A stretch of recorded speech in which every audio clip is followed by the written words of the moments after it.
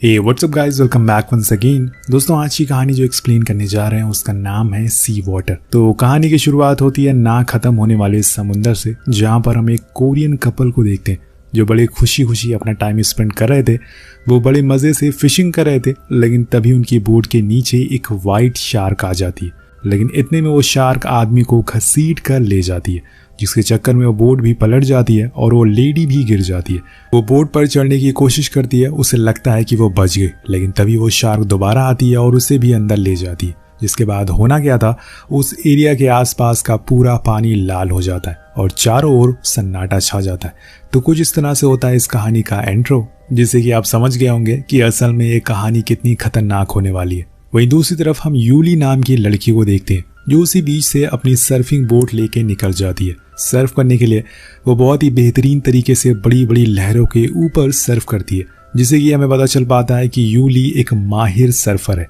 जब वो किनारे पर आती है तो जॉन नाम का लड़का उसकी काफ़ी तारीफ करता है और कहता है कि तुम्हें तो कंपटीशन में हिस्सा लेना चाहिए। पर तभी वहाँ आ जाती है उसकी गर्लफ्रेंड शिंजो, जो कि यूली की कज़न सिस्टर है। और उसे अपने बॉयफ्रेंड के बारे में ये सब चीज़ें तो बिल्कुल नहीं पता थी। वो उसकी बहन के साथ फ्लर्ट कर रहा था। दरअसल दोस्तों, आज शिंजो का बर्थडे है, इसलिए जॉन ने उसके लिए एक प्रेजेंट तैयार किया। वो उन तीनों को एक याच पे ले जाता है जो उसे आज के लिए बुक करी थी।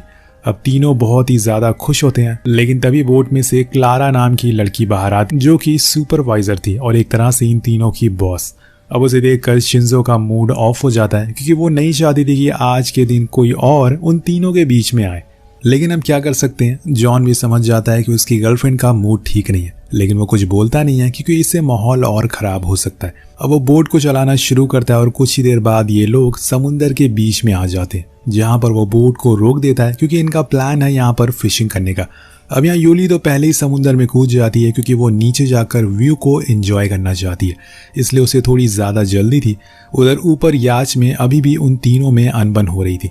पर उसी बीच जॉन दूरबीन से देखता है कि उसे वहां दूर एक अनजान बोट दिखाई देती है, जो यहाँ कैसे आई किसी को पता नहीं है। लेकिन आप और हम जानते हैं कि इस बोट का अतीत क्या है, वो आखिर ऐसे सुनसान क्यों पड़ी है। वहाँ क्लारा जब जॉन के करीब आने लगती है तो ये बात शिंजो को पसंद नहीं आती, इसलिए वो जानबूझकर उसे धक्का दे देती है, जिसे वो जाकर पानी में गिर जाती है। अब यहाँ उसे स्विम करना तो नहीं आता था, इसलिए जॉन को भी मजबूरन कूदना पड़ता है उसे बचाने के लिए। लेकिन उसके पीछे पीछे अब शिंजो भी कूद जाती है, क्योंकि अब वो चाहती थी कि जॉन उसे बचाए, ना कि क्लारा को। लेकिन जॉन अपनी गर्लफ्रेंड को अच्छे से जानता था, इसलिए वो पहले क्लारा को बचाता है, क्योंकि वो डूब भी सकती थी। और ऐसा तो इसलिए वो उसे लेकर बोट के फ्रंट पर आता है। लेकिन तभी वो नोटिस करता है कि वो बोट का डोर अंदर से लॉक था और वो बोट पर चढ़ नहीं पा रहा है, क्योंकि वहां पे कोई भी सीढ़ियां नहीं थी।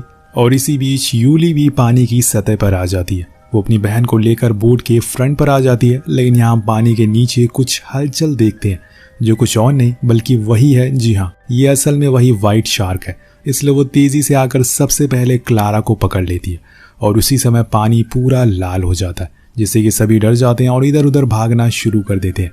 यूली तो फौरन भागते हुए उसी कपल वाली बोट के पास चली जाती है और ऊपर चढ़ जाती है। के ऊपर रखे हुए एक नोकीले हथियार से खुद को सेफ रखने की कोशिश करती है। लेकिन अभी तक और लोगों का कुछ अता पता नहीं था, लेकिन यहाँ वो शार्क यहीं आसपास ही घूम रही थी, क्योंकि उसकी आवाज़ यूली अच्छे से सुन सकती थी।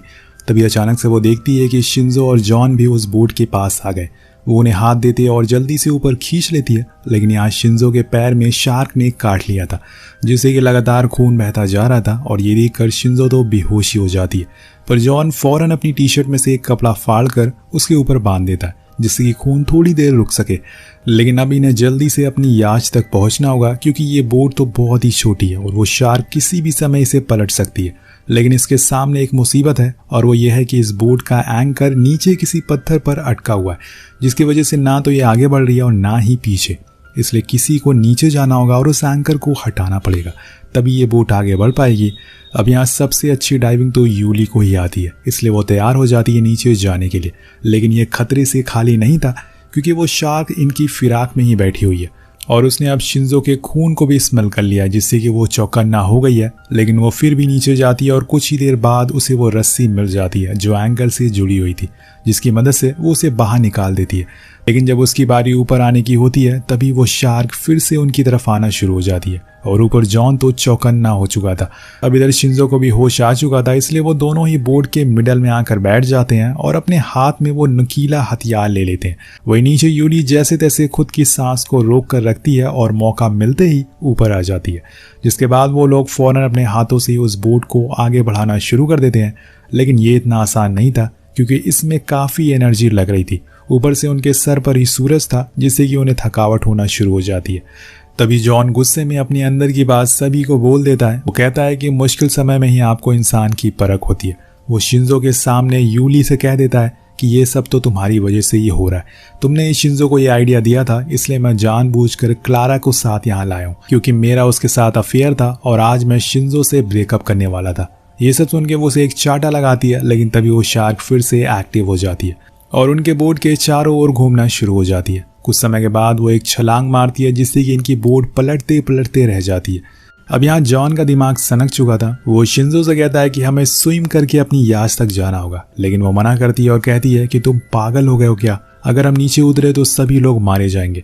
लेकिन वो उसकी नहीं सुनता और उसे ही पानी में धक्का दे देता है और खुद उस एंकर को रस्सी को लेकर पानी में कूद जाता है। वो तेजी से याच तक जाने लगता है, लेकिन ये इतना आसान नहीं था। वो शार्क तो इन्हीं के इंतजार में बैठी हुई थी। उससे सबसे पहले तो क्लारा का खून की स्मेल आती है जिससे कि वो उसकी ओर आने लगती है, लेकिन समय रहते ही यूली अपनी बहन के लिए पानी में कूद जाती है और फौरन उसे लेकर ऊपर आ जाती है। वहीं दूसरी ओर जॉन तेजी से स्विम करता हुआ याच तक पहुंच जाता है और वो दोनों को देखकर स्माइल करता है कि उसकी जान बच गई। अब याच के ऊपर चढ़ना शुरू करता है वो, लेकिन यहाँ उसकी किस्मत खराब थी। उसी समय उसका पैर स्लिप हो जाता है और फिर होना क्या था, वो जाकर सीधा पानी में गिरता और अगले ही पल वो जगह पूरी लाल हो जाती है। ये सब शिंजो अपनी आंखों से देख रही थी और उसे यकीन ही नहीं हो रहा था कि उसे अपने बर्थडे पर कुछ इस तरह का सरप्राइज मिलेगा। कुछ ही पल पहले वो लोग बहुत ही खुश थे, पर कहीं न कहीं यूली को ये सब सही लग रहा था क्योंकि उसे शुरू से ही जॉन पर शक था और उसे वो सही इंसान नहीं लगता था और आज उसने ये साबित भी कर दिया। यहाँ पे बचे हुए हैं सिर्फ 2 लोग, लेकिन इसके आगे का सफर इनके लिए और मुसीबत भरा होने वाला है क्योंकि इस समय पर इनके सर पर सूरज है और इन्होंने कई दिनों से कुछ खाया पिया नहीं है और इसीलिए डिहाइड्रेट होना शुरू हो जाते हैं और वहीं बेहोश हो जाते हैं। जब इनकी आंख खुलती है तो रात हो चुकी थी और ऐसे में समुद्र में रात और भी ज्यादा खतरनाक और डरावनी होती है। लेकिन यूली कहती है कि हमें कैसे भी करके उस बॉय तक पहुंचना होगा जो उनसे थोड़ी दूर पर होता है। तो यहाँ हम आपको बता दें कि बॉय असल में समुद्र में कुछ दूरी पर लगाया जाता है, लेकिन वहां तक पहुंचने के लिए इन्हें स्विम करना होगा क्योंकि बोट में छेद है। अब वो पानी में कूदते हैं और उससे पहले ही वो शार्क इनकी ओर आने लगती है। उसने ठान लिया था कि आज सभी को मार कर खाएगी, लेकिन यहाँ यूली उस नुकीले हथियार से उसके ऊपर हमला कर देती है जिससे कि वो जख्मी हो जाती है। लेकिन इतनी छोटी सी चोट से उसे कुछ खास फर्क नहीं पड़ने वाला था क्योंकि वो एक ग्रेट व्हाइट शार्क है। वो तो और गुस्से में आ गई थी जिसकी वजह से उसने उनकी बोट को पलट दिया था। अब इनके पास उस बॉय तक स्विम करके जाने के अलावा कोई और ऑप्शन नहीं है।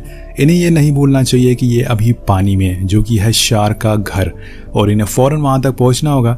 अब यूली तो तेजी से पहुंच जाती है, लेकिन शिंजो का पैर की घाव की वजह से वो ज्यादा तेज तैर नहीं पाती और इसमें से लगातार खून भी बह रहा था जिसकी स्मेल उस शार्क को आ जाती है और वो उसकी ओर अपनी पूरी स्पीड से आने लगती है। अब यहाँ यूली तो पूरी कोशिश करती है कि वो अपनी बहन को ऊपर खींच ले, लेकिन ऐसा हो नहीं पाता। वो शार्क आकर उसे अपने जबड़ों में फंसा लेती है और उसके हाथों से ही उसकी बहन को खींच कर ले जाती है, लेकिन यूली कुछ भी कर नहीं पाती। यहाँ यूली समुद्र में अकेली पड़ गई है। 2 दिन पहले यहाँ तक 4 लोग थे, लेकिन आज जख्मी हालत में वो अकेले पड़ी हुई है। अब सबसे ज्यादा दुख उसे अपनी बहन के खोने का है। वो अंदर से पूरी तरह से टूट चुकी है और उसे यकीन ही नहीं हो रहा है कि उसकी बहन अब जा चुकी है, पर यही हकीकत है। कुछ ही देर बाद वो उस बॉय के अंदर सामानों को चेक करना शुरू करती है ताकि कुछ हेल्पफुल चीजें मिल सके। उसमें से उसे एक पानी की बोतल और कुछ फ्लेयर मिलते हैं और साथ में पेट्रोल भी। यहाँ वो पानी की बोतल तो पूरी खत्म कर देती है क्योंकि उसने कई दिनों से पानी नहीं पिया था और सोचती है कि शायद यहाँ पर कोई शिप गुजरे तो वो उसे मदद के लिए बुला सके। होता भी ऐसा ही है, लेकिन जब तक वो जाग पाती और फ्लेयर चलाती तब तक वो शिप उससे दूर जा चुकी थी और यहाँ उसके आंखों के सामने से उसकी सारी उम्मीद टूटती नजर आ रही थी। वो वहीं बैठी रहती है, पर यहाँ उस फ्लेयर की रोशनी से अब शार्क उसकी तरफ अट्रैक्ट हो रही थी और वो उस पर लगातार हमला करना शुरू कर देती है। तभी यूली को पानी में वो नुकीला हथियार मिलता है जो वो तुरंत उठा लेती है और उससे वो शार्क पर हमला करना शुरू कर देती है। लेकिन तभी यहाँ वो बॉय के ऊपर से एक जंप मारती है जिससे कि हम पहली बार साफ साफ उस शार्क को देख पाते हैं। यही चीज यूली भी देखती है, जिससे वो देखकर डर के मारे रोने लगती है और तभी वो शार्क उस बॉय की धज्जियां उड़ा देती है, उसको बीच से तोड़ देती है। जिससे होना क्या था, यूली पानी में गिर जाती है, जिससे कि उस शार्क का रास्ता आसान हो जाता है। अब वो आसानी से उसे मार सकती है, लेकिन यहाँ यूली इतनी आसानी से हिम्मत हारने वालों में से नहीं थी। वो फिर से पानी के ऊपर आती है और देखती है कि थोड़ी दूर पर एक बड़ा सा पत्थर है, तो वो उसकी तरफ स्विम करना शुरू कर देती है। लेकिन वो शार्क उसके पीछे ही थी, वो समय रहते उस पत्थर पर चढ़ जाती, वरना उसने अपने जॉ पूरा खोल लिया था और उसे अंदर लेने के लिए। कुछ ही देर बाद सूरज निकल आता है और यहाँ यूली को वही पेट्रोल की कैन दिखाई देती है। अब यहाँ उसे एक आइडिया आता है, क्यों ना वो उस पेट्रोल की मदद से उस शार्क को मार दे, यानी कि जला दे। लेकिन इसके लिए उसे पहले अपने पास लाना होगा और अभी वो शार्क उसके पास ही घूम रही है। काफी समय बीत जाता है, यूली ने कई दिनों से कुछ खाया भी नहीं है, इसलिए वो उस पत्थर पर लगे कीड़ों को खाना शुरू कर देती है, जिससे कि उसे थोड़ी सी ताकत मिल सके। तभी वो देखती है कि वो शार्क अब दूर जा चुकी है, इसलिए वो तुरंत जाकर वो कैन ले आती है और चट्टान पर बैठ जाती है। लेकिन वो शार्क बहुत ही चालाक थी, वो सामने से वार ना करके बल्कि पीछे से करती है, जिससे कि यूली डर के मारे पानी में गिर जाती है और वो कैन भी उसके हाथों से छूट जाता है। अब वो फौरन दोबारा उस कैन को लेकर वापस पत्थर पर चढ़ जाती है, लेकिन वो शार्क अब पागल हो चुकी थी, वो लगातार यूली पर हमला करे जा रही थी। वो किसी तरह से बस उसे खाना चाह रही थी और इसी का फायदा वो उठा लेती है। वो सही मौका देखकर उसके मुंह में वो पेट्रोल कैन फेंक देती है और फिर अगले ही पल उसमें फ्लेयर चला देती है, जिससे कि उसके मुंह में एक जोर का धमाका होता है और वो जख्मी होकर नीचे जाने लगती है। अब इसी का फायदा उठाकर वो अपनी याश की ओर जाने लगती है और तुरंत उस पर चढ़ जाती है और स्टार्ट करके यहाँ से निकल जाती है। इधर दोस्तों जो शार्क थी वो जख्मी होकर खुद को सेव करने के लिए कहीं दूर जाने लगती है, लेकिन तभी हम उसके पीछे एक बहुत ही बड़ी शार्क को देखते हैं जो उसे आकर खा जाती है और इसी के साथ ये कहानी यही खत्म हो जाती है। तो आपको ये कहानी कैसी लगी नीचे कमेंट करके जरूर बताएगा। मिलते हैं अगली वीडियो में। Thank you so much watching, piece.